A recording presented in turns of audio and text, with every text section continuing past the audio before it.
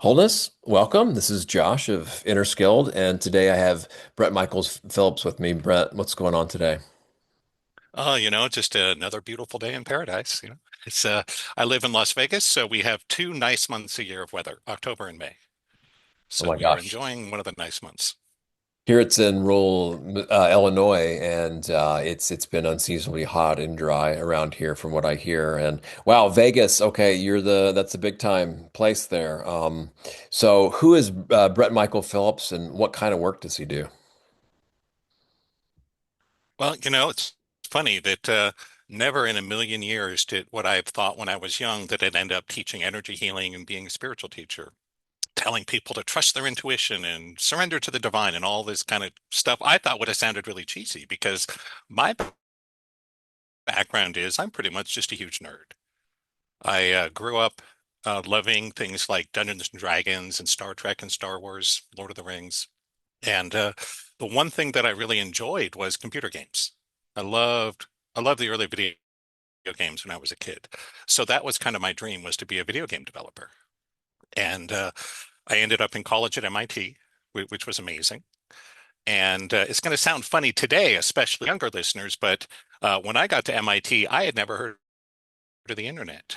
That was my first exposure to the internet.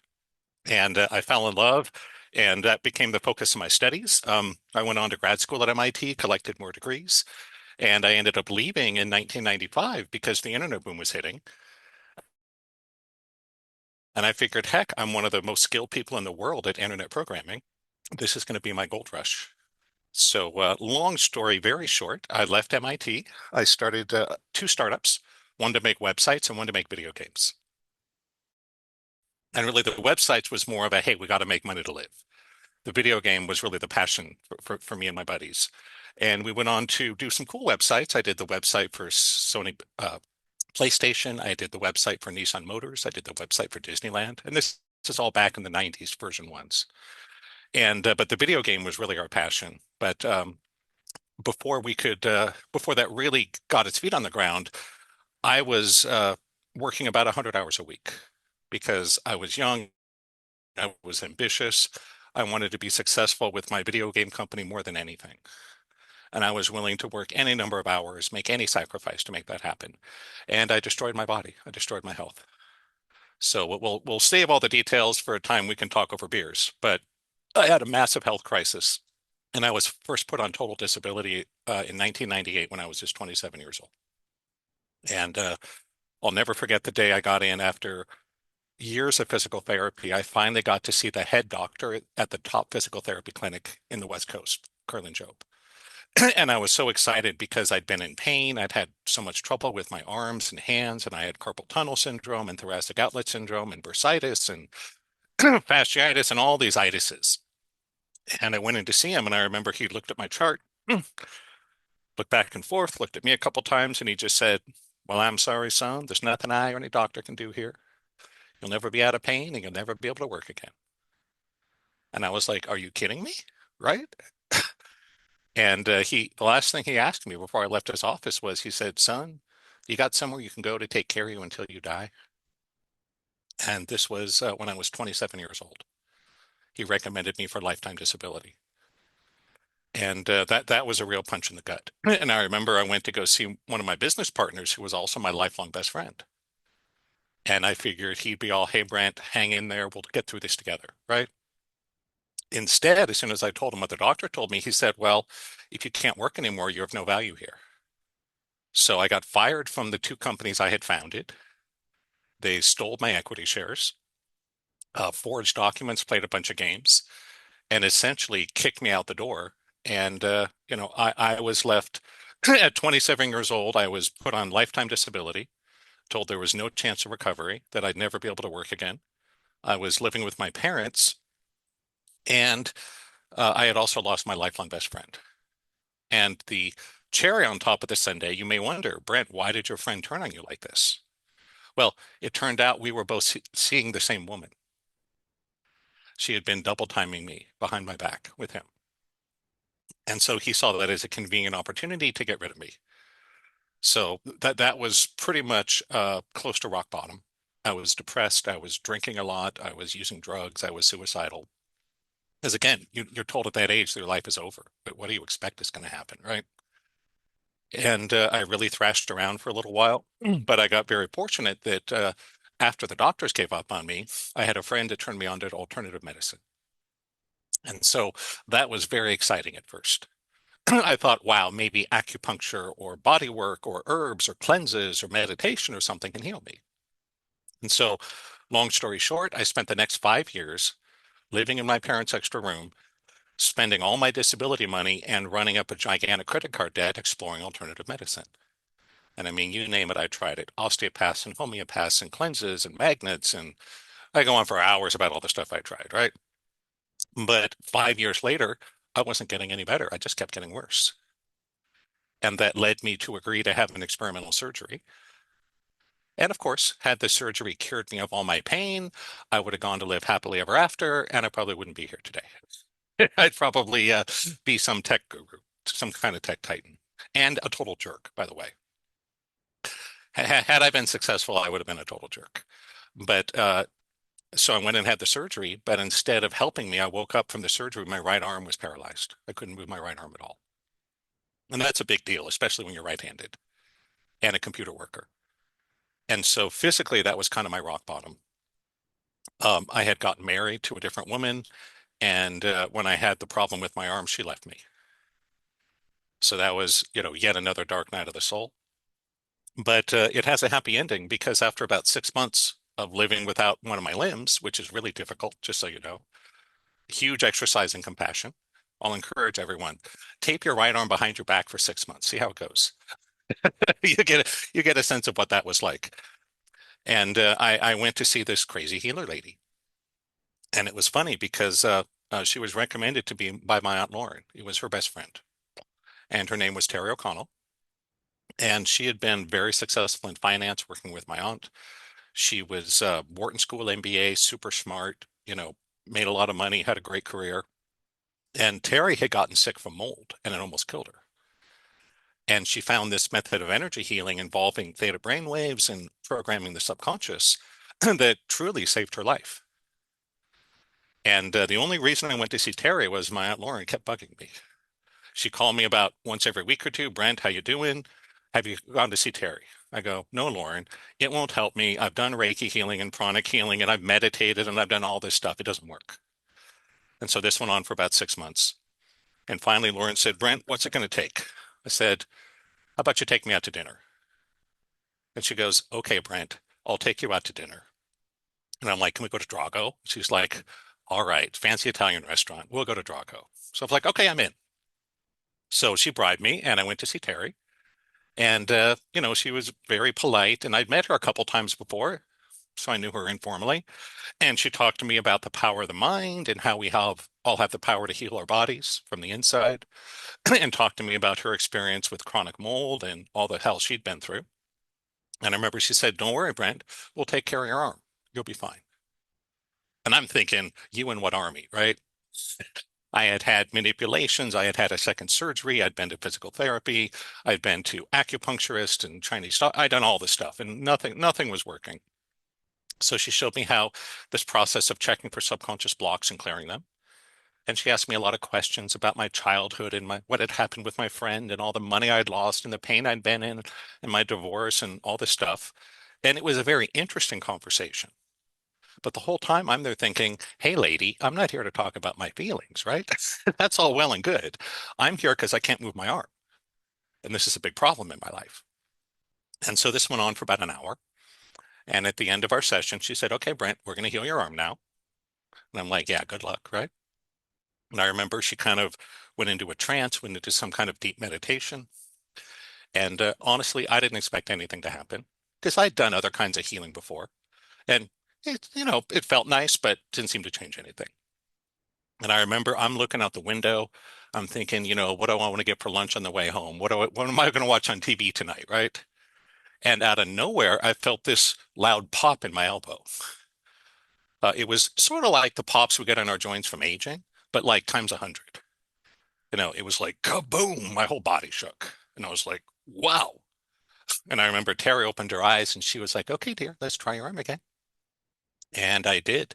And it was the most incredible thing. It was a real miracle that somehow, just by talking to me for an hour and using some theta brainwave, she was able to get my body to heal the paralyzed arm. And I could move my arm again, just like the surgery had never happened. And that was the day this very skeptical, rational, scientific engineer decided to open his mind and open his heart and become a healer. Because I was like, hey, there's something here, right? I know there's something here because I just experienced it. Well, that's incredible, Brent. And just to give some validation, not on a huge, humongous scale like this, is I'll just say a little bit. I mean, just because, some people are thinking, oh, this is incredible. Maybe this is not real. Maybe, you're fabricating this. But I know in my own experience, I was doing yoga and I couldn't get one of my arms all the way up, very minor compared to what you've gone through. And I had some kind of, and I've told the story a little bit before, but I have some kind of, spiritual acumen. I've been meditating and practicing and into a lot of stuff. So I walk into this place and to a healer, and he comes up to me before I even say anything to him. He says, "Oh, you have resentment towards your father, and that's why your shoulder is." And I'm like, "Oh, okay, thank you." Yeah, But I didn't argue or say nothing. Like so, then I yeah. went home and I Thank you, drive through. yeah. But I went home and I sat with this and the tears just came. And I noticed how real that was. And there was a huge release. And after that, my shoulder and I could reach my arms up over my head. So Amazing. uh, so the question I have here is why do you think so much of this is hidden? Meaning that the kind of the stress we go through, how it's stored in the body and locked in the body and manifests in the body, recorded in the body. How can so many people miss this with when it comes to health things like this? The psychosomatic connection, I guess, between stress and the body. Yeah, I think it really, if we're going to place some blame, yeah, I blame Descartes. That about 300 years ago, he kind of said, okay, we got science and the rational and the measurable, and it stays over on this side of the room. Then we have religion and God and the spiritual, and it stays on this side of the room. And no one crosses the center. And that was how the church and the religious powers reconciled with the Renaissance and the rise of science. But that may have worked pretty well in the 1700s. But what we're finding today is exactly the opposite. You cannot separate the spiritual and the physical. You cannot separate the emotional body from the physical body. They are sort of like two sides of a coin.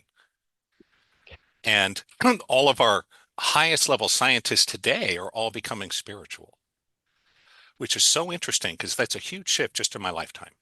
It is really, and yeah, I would concur with that. In the Buddhist circles that I move in a little bit, the he gets a bad rap for sure, and yeah, I think therefore I am is not what we want to be doing in spiritual practice. I don't think as much. So I want to get into so what was Yeah, going on with her? Did you then go and say, okay, how did you do this? Of course, I'm guessing you did. You tried to pretty find her much. secret, yeah, Yeah. And and. then the first thing I said, well, I think the first thing I said was, "Oh crap." Maybe it was a little more R-rated. I was just so amazed. The second thing I said was, "Terry, I don't know what you just did, but please teach me." And, I went 100% full bore into learning healing. The same way I threw myself 100% full bore into MIT and later into my startups. And it was kind of funny. You'll laugh at this. When I first started learning healing and intuition and meditation, I figured, how hard can this be? I'll have it mastered in 6 months. Because after all, I had been valedictorian in my high school, National Merit Scholar, perfect straight A's at MIT, honors awards, comment, blah, blah, blah, right? I've been a superstar academically. So I figured learning healing, this is what fat ladies covered in crystals do. This will be easy. Well, the good news is I did figure it out, but it didn't take 6 months. It was more like 10, 12 years. But eventually I got it. And it was funny that unlike a lot of healers or intuitives, what I do is not just a natural gift. And I've met a lot of amazing healers out there. They're born with a gift, and that's great. Sort of like LeBron James was born with a body to play basketball. Not everyone can be him. Everything I have is learned. And when I first started doing it, I really struggled with the intuitive part, especially because I wanted to control it. I wanted to make it happen, right? I'm an engineer. I write software. And what I learned very quickly was I couldn't do that. It doesn't work. So this is what I did. It was actually a good insight. I said, okay, this is not some great gift I'm going to get from God or anything like that. So I'm going to learn this the same way I would have learned in science. I'm going to go study and reverse engineer the masters. So that's what I ended up doing, starting with Terry O'Connell and then later Dr. Carl Wolf and several of my other most important teachers. I spent about 10 years studying the great healers and spiritual teachers and gurus. My goal was to figure out what they were really doing in terms of the body and brain waves and chemistry and things that could be measured and understood. And again, it took me a lot longer than I expected, but eventually I figured it out. Well, incredible. It reminds me of that old Zen story that somebody comes to a Zen master and says, like, how long is it going to take me to get enlightened? And he says, oh, maybe, 10 5 or, years, right? yeah, 10 years. So this one. And he If I said, work really hard, how oh, long yeah. will it take? 20. Yep. I know that same story from martial arts. Uh, Student shows up at the dojo, says, how long does it take to get a black belt? 5 years. What if I work really hard? I go to every class, 10 years. What if I work really, really hard and practice on my own and start my own dojo and, 20 years? And I love that story you share because that was exactly my struggle. I wanted healing and meditation to act more like engineering, where you can put a bunch of effort and force on it and be clever and work hard and make stuff happen. And it's not that at all. It's more like hunting in a sense that you have to patiently wait for the opportunity to show up, if that makes sense. it does. There's an old saying that enlightenment is by accident, and Yes. meditation makes you accident prone, right? So, Yes. And that's okay. very much what I found. So I guess before we get into kind of what you can say about what you learned and what you can reveal, or want to reveal, is what can't you measure? Have you I'm sure you still run up against things that you can't measure. Oh, And I sure. guess just jump into, because one of the gripes I get this. I love the analytical part of just really going deep into details and trying to solve issues and come up with solutions, or try to figure things out with missing information, or try to put together patterns that most people can't see. I love doing that. Sure. But the other side, as you know, it really rounds out the whole being when you go into things where that just doesn't apply anymore. Yeah. But like, what are you still? What kind of? One of the gripes I have about science is that they want everything's off the table. Although this is changing, if they can't measure it with some kind of machine, you know what I Yes. mean? So Yep.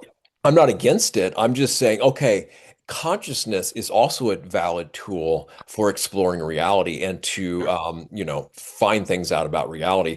But, for the longest time, if they don't have some kind of machine, or way to quantify it, then they won't even touch it. So talk about the kind of quantification you Sure. do, and what can't be quantified before we get into kind of the nuts and bolts of what you Yeah. learned around this.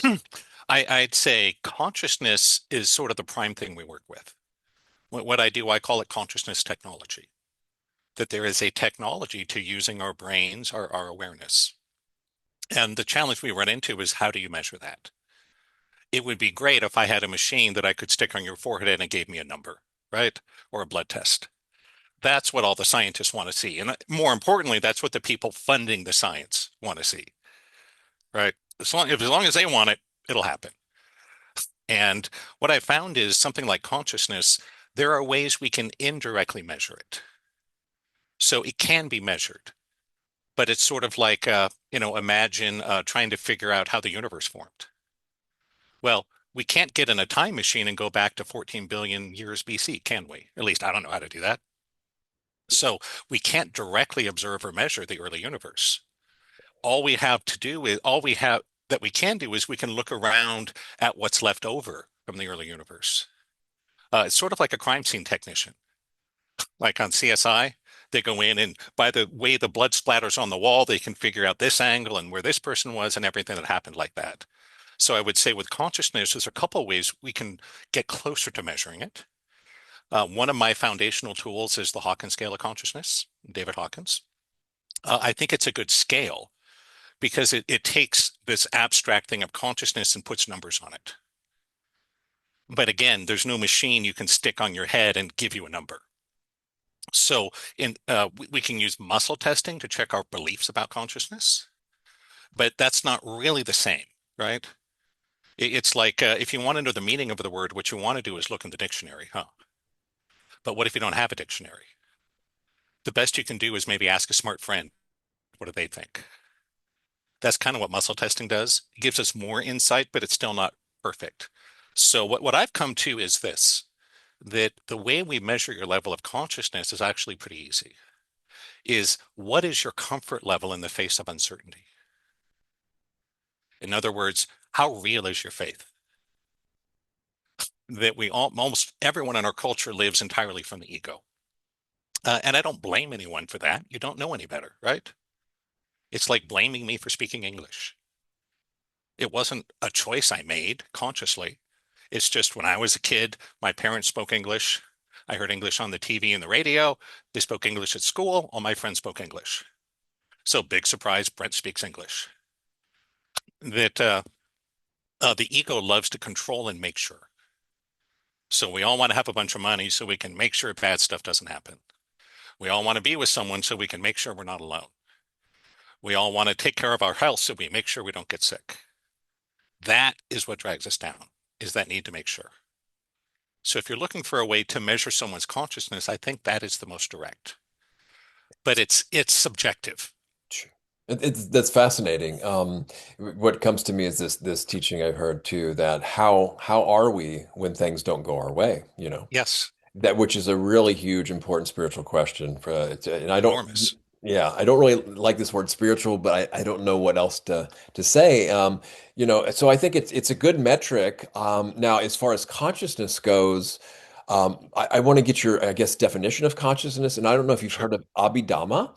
Abhidhamma Uh-huh. is this old kind of advanced psychology of the mind it's really granular and I would say covers so much of very minute detail. And most Mhm. people can really only access it theoretically in a scholarly level. But I know some practitioners who are really drilled down in their own experience from knowing like almost to the level of mind moment to mind moment and discerning, ultimate materiality, ultimate mentality. And I'm just kind of blown away by the depth of their practice when it comes to this. So I know people have lots of different definitions of what consciousness is, what awareness is, what mind is, what mindfulness is, things like this. I think that is Sure. we could talk about that, but I do want to go into kind of your healing thing because I think that is that's what I'm interested in the most here because of the spectacular thing that happened and all the time you've put into to learning and knowing about healing. Yeah, so the best definition I've heard is that consciousness is awareness that is aware that it's aware. And I really like that because we can look at a machine like a robot. It has some level of awareness, doesn't it? If we look at the Waymo, the driverless taxis, they have some way of looking around them and understanding what's around them and driving. Some So kind of there's intelligence. clearly, Yes. yeah, some kind of awareness at least. But is a Waymo, is a driverless car, is it aware that it's aware? I would say no. If we look at, say, an earthworm or some lower animal, clearly they have awareness of their environment. They seek food, they seek mates, all the things animals do. But are they aware of their awareness? Good question. And I think it seems to be only the higher mammals that have consciousness. That being said, my understanding is the entire universe is all conscious and aware, just in different ways. So the trees in the forest have their own consciousness and language, but they live at such a slower pace to us. To us, it looks like they just stand there and do nothing. Similar to the stars. We look up at the stars, they seem to be the same, don't they? They're changing, they grow, they die, right? But over the course of billions of years. So to a human on a planet with a 80-year lifespan, doesn't look like the stars change much, does it? But yes, I think that the higher mammals, certainly humans, we are aware that we're aware. And the way I see it is that enlightenment and suffering are two sides of a coin. That our capacity to suffer is what gives us the possibility of enlightenment. So if we look at the teachings of Yogananda, he said that a dog cannot become enlightened. Why is that? Well, it simply lacks the highly developed brain and nervous system required to suffer, to give meaning to what happens. Because after all, if your dog's chasing a stick at the park, is he worried about his retirement? Is he worried about what the prime rate's going to be next week? Is he worried about some bill in front of Congress? No. The dog has no choice but to be fully present in the moment. It's very difficult for a dog to do otherwise. But humans, we have this ability to give meaning to events. And that is the root of all of our suffering right there. Yeah, And if yeah, we're able to transcend that suffering, we can actually end up with the best of both worlds. That if we look at the teachings of the Buddha, he was trying to lead us out of suffering. And I believe we can get to an almost paradise because we humans seem to be the only creatures capable of creating technology and becoming enlightened. So, as much as I love the cats and the dogs and the earthworms in the trees, they're not going to build a computer. They're not going to build a space telescope. They're not going to build the internet, are they? They're not going to light my home and put food on my plate. So we humans have this ability by transcending our suffering to bring together both. That if we look at the world, we produce more than enough food for every man, woman, and child on the planet. We have enough habitable spots to live. We have enough oxygen. We have enough water. We have enough of everything. And yet we're still fighting each other and suffering. Totally unnecessary. but this you get right to my heart here with the suffering thing. I would just make a few little nuances here.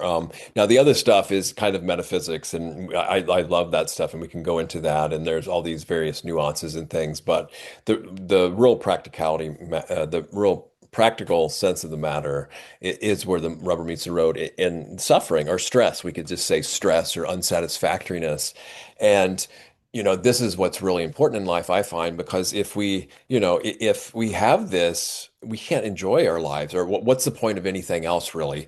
And I would just say, Yeah. instead of transcending it, it's knowing it in the end of it. I just want to put a quick little nuance that um, the reason we can, what did you say? The reason we can is because we suffer. The reason we can, and I would just say, just let's not use that as a dark teaching, because there's some people that would just use it as an excuse to say, okay, well, I'm just trying to help you out by making you suffer more. These are kind of the dark ones' excuses for Sure. get away with their behavior. And that's not legit. I mean, we have enough stress and suffering that's just going to happen just being in this human meat sack, Yeah.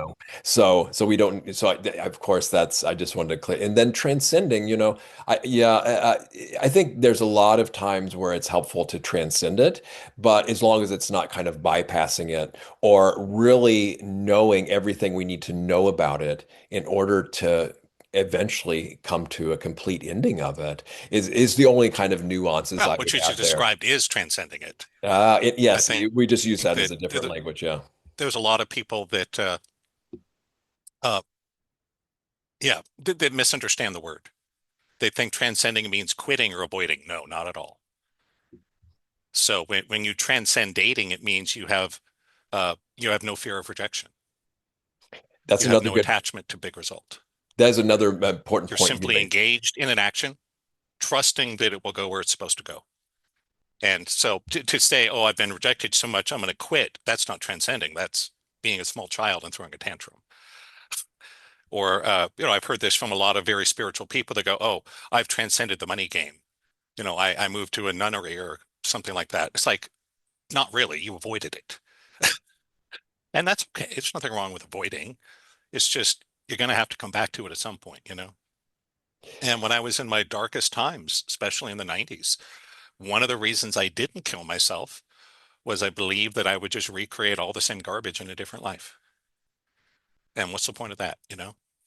Exactly. It's just not like if it was only that easy, right, to get out Right. of something like that. I don't think it works that way. It Yeah. doesn't make sense. We look Yeah. at any other area of the life or situation and we can move around, but or do this and that. It's just like rearranging the furniture. What's Hmm. unresolved is still going to be there until it's resolved, right? Yeah. Right. As they say, rearranging the deck chairs on the Titanic. Yes, absolutely. Great metaphor there. You think you're doing something, Yeah. feels like you're being productive, but ultimately, yeah, Really good you're not point. really changing anything. So what can you say about the healing that you learned? Like what was your process? What did you do? Did you just talk to them? Did you study? Sure, And then you have a specialized system of your own now. And what can you say about it in this whole journey and process you I do. did with the healing? Yeah. Well, the way I learned it was pretty simple. That back in the old days, we used to actually physically go to teachers and healers and intuitives. And so for the first 5 years, I was just hardcore Terry O'Connell doing everything. I practice groups once a week, all days once a month.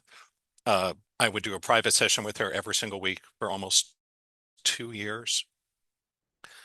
Started doing trades almost every day, practicing on my own. So it was, I was kind of obsessed and I worked my butt off. And what really rounded it out was when I met Carl Wolf, that Carl introduced me to a whole nother level of consciousness that I didn't even know existed. And one of the foundations of my work in awakening dynamics is, again, I see this all as technology. And I look at different kinds of self improvement, meditation, energy healing as different consciousness technologies. And what I learned was we can group them into roughly what I call three generations of technology. Now, the first generation is kind of the well-known law of attraction, the secret, think and grow rich. So positive thinking, masterminds, vision boards, right? Uh, gets people going in the right direction, but it's not as simple as the secret makes it, is it? That making millions of dollars is not as simple as watching a video and making a vision board. I mean, maybe for some people. Just like for some people, how do you make $100 million? You go buy a lottery ticket. Done. So there are some that are very lucky. But for most of us, the typical law of attraction, mastermind, vision board doesn't deliver a lot of results. And I spent a lot of time on that stuff back in the 90s. I was going to positive thinking weekends and this and that, trying to do all these things to change myself. But what I realized was the first generation technologies are very limited because they're only working with the conscious mind. That when we get into the second generation technologies that I learned from Terry O'Connell, the big shift is we start to directly work with the subconscious. So we learn how to read our subconscious beliefs. We learn how to reprogram them. We learn how to release traumas, how to shift our expectations, and working on the energy level. And the second generation work, there's dozens, if not hundreds, of popular modalities. So things like Psych K, Theta healing, motion code, EFT, healing codes, all of them work on a very similar basis. That we have a bunch of subconscious programs, because I think of it as software, and bugs in the software is screwing up your life. So we need to go in and debug the software. And typically they'll use muscle testing or some other means of checking with body feedback to see what your beliefs are. And then they have different processes to make the shift. Some people use frequency machines, some people use sound, some people use electricity. The way I learned to do it with Terry was straight mind to mind with the divine energy. And so with the second generation, we start to see results. In particular, we start to see medical miracles occur. So we see people instantly healing from cancer or diabetes or migraines or whatever it may be. But the success rate is still somewhat low. I'd say for a good second generation practitioner, your success rate will be 10, 20, maybe 30%, meaning that someone comes to you and you work with them and they see some measurable big shift. It's not zero, but it's also not 90 or 100%. Uh, One of the challenges of the second generation is it's very head focused, very much using the mind and the ego. And when I met Carl Wolf, it was really an eye opener. because I had been to, I got certified in like 27 different modalities. I had learned, all these different processes and systems, the well-known ones as well as a lot of others. I learned matrix energetics and human software design, all this cool stuff. But it was all very head focused, and none of it directly involved the body, because most meditation is not very physical, is it? Most traditional meditation, it can be depending on what you're doing. But the better known traditional meditations, you're pretty much sitting stationary, maybe with your legs crossed or, whatever it is. Um, the way I met Carl was kind of crazy. I had another huge crisis, yet another dark night of the soul, where at the same time, one, I fell crazy in love with this woman, and she just destroyed me, ripped out my heart and stomped all over it. At the same time that I had gotten taken in by a criminal financial advisor who not only did he steal all my money, he also took out fraudulent loans in my name and left me over $1 million in debt. And long story short, I had to go bankrupt. It was the only way for me to survive. And, and it was a very difficult time for me. And I remember that true story, it was back in 2008. Uh, on Monday, I declared bankruptcy. And that was a really, really difficult time. Especially being an American man, a lot of my ego was tied up in my career and making money. Understandable. Not saying it's a good thing, just saying that's how it is. And so I was deep in a hole. So I declared bankruptcy on Monday. On Tuesday, I had my first session with Carl Wolf, the man who became my mentor. And I remember he got referred to me by my life coach, Brian. That long story short, I'd worked with Brian for like a year and a half. I had done 120 hours with him. That's a lot, right? 120 hours. And I wasn't shifting. And he said, Brent, we need to introduce you to the master. So after a year and a half with me, Brian said, sorry, Brent, I can't help you. I'm going to kick you up the food chain to Carl. And I remember I went to meet Carl, and it was a crazy thing because we were doing a healing session, and he told me to meet him at the rollerblade station on Venice Beach. I was like, what? I'd expected a home office or, back room at an acupuncture studio or something, right? I wanted my Buddha statue and my bead curtain. Like, where's all the new age fixings? And he had me rent rollerblades and put them on. And then he had me skate in circles around the parking lot for 20 minutes while he videotaped me. And again, I'm like, what does this have to do with healing, right? Don't you want to ask me about my mother or something, right? And after that, we sat in his truck and we played the video, and he just kind of criticized me. And after about an hour of this, he said, "Okay, Brent, we're done. It's been great to meet you. I hope you got a lot of value out of this." And I went home. I was pissed. I felt ripped off because what Carl did with me didn't look at all like any kind of healing I'd ever done. So I figured, and I had paid him my last $500 for this. That was my last $500 before bankruptcy. And so I went home and I called Brian and I chewed his butt. I'm like, dude, what's wrong with you? I went bankrupt. I spent all this money to have some crazy old guy have me rollerblade in circles. What the heck, man? Right? And I remember what Brian said was, he said, Brent, I get it. Carl's out there. But he said, do me just one favor. He said, give it 3 weeks. And if nothing changes in your life in 3 weeks, let me know. I'll try to make it right. I was like, all right, I can do that. That's reasonable, right? So I remember pulling up my calendar, marking 3 weeks out, call Brian, chew his butt off, get my money back. And what's crazy was it didn't take 3 weeks. It didn't even take 3 days. That by Thursday night, I had seen a huge surge in my business like I'd never seen before. And I had had an amazing presentation where I had made over $50,000. I had booked out my calendar for 6 weeks and sold out my next two classes. And I remember I came home and called Brian. I'm like, dude, I'm so sorry. You were right. This Carl guy is magic. And what I realized now is Carl had introduced me to what I now call the third generation of consciousness technology, which is a much more physical thing. It's about physical movement, how you inhabit your body, how you feel your muscles and tendons and joints and bones. And so it wasn't mental at all. And it was a difficult shift. But what it comes down to is if you want to have a big life and have cool things happen, there's two pieces you really need. One is you need to clear your subconscious, but that's kind of a given. If you're full of subconscious garbage, you're going to have a heck of a time going very far in anything. So we got to clear the traumas, shift the old beliefs, let go of the resentments, all that stuff. But that on its own is not enough.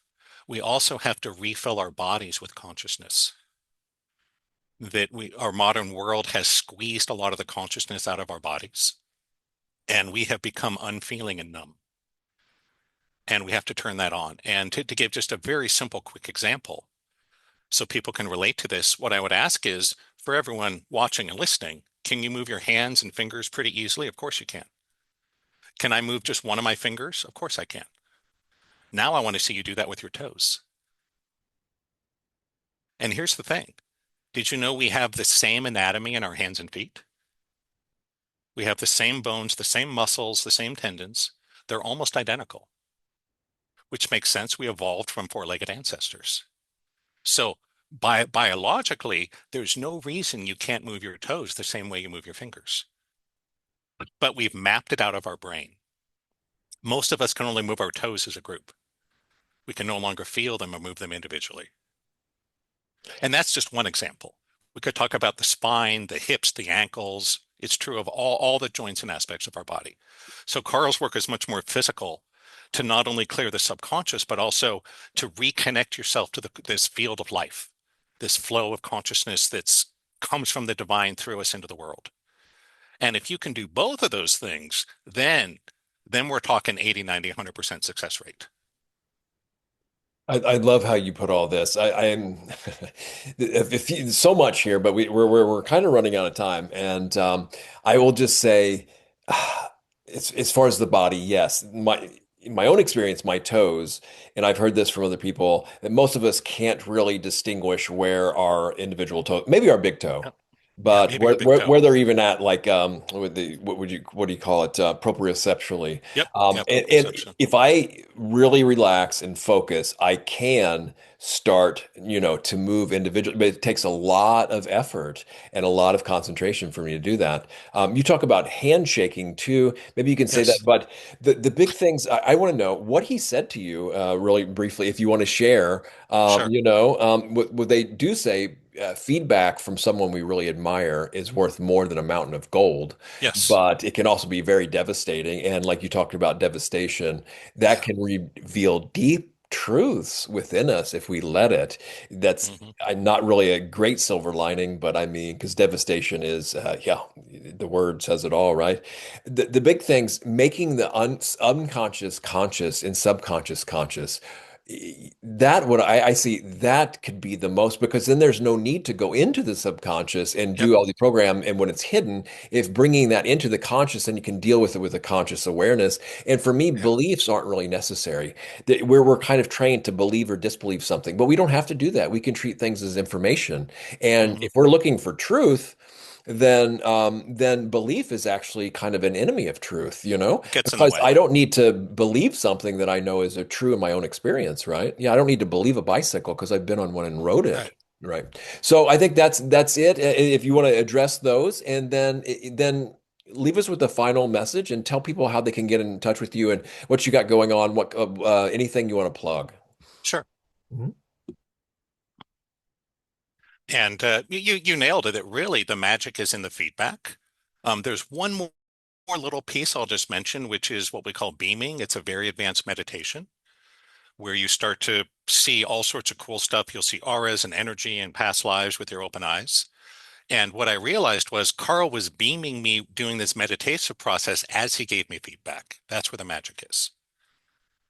And absolutely, it's about taking this dark unconscious part of us and bringing it out into the light of day.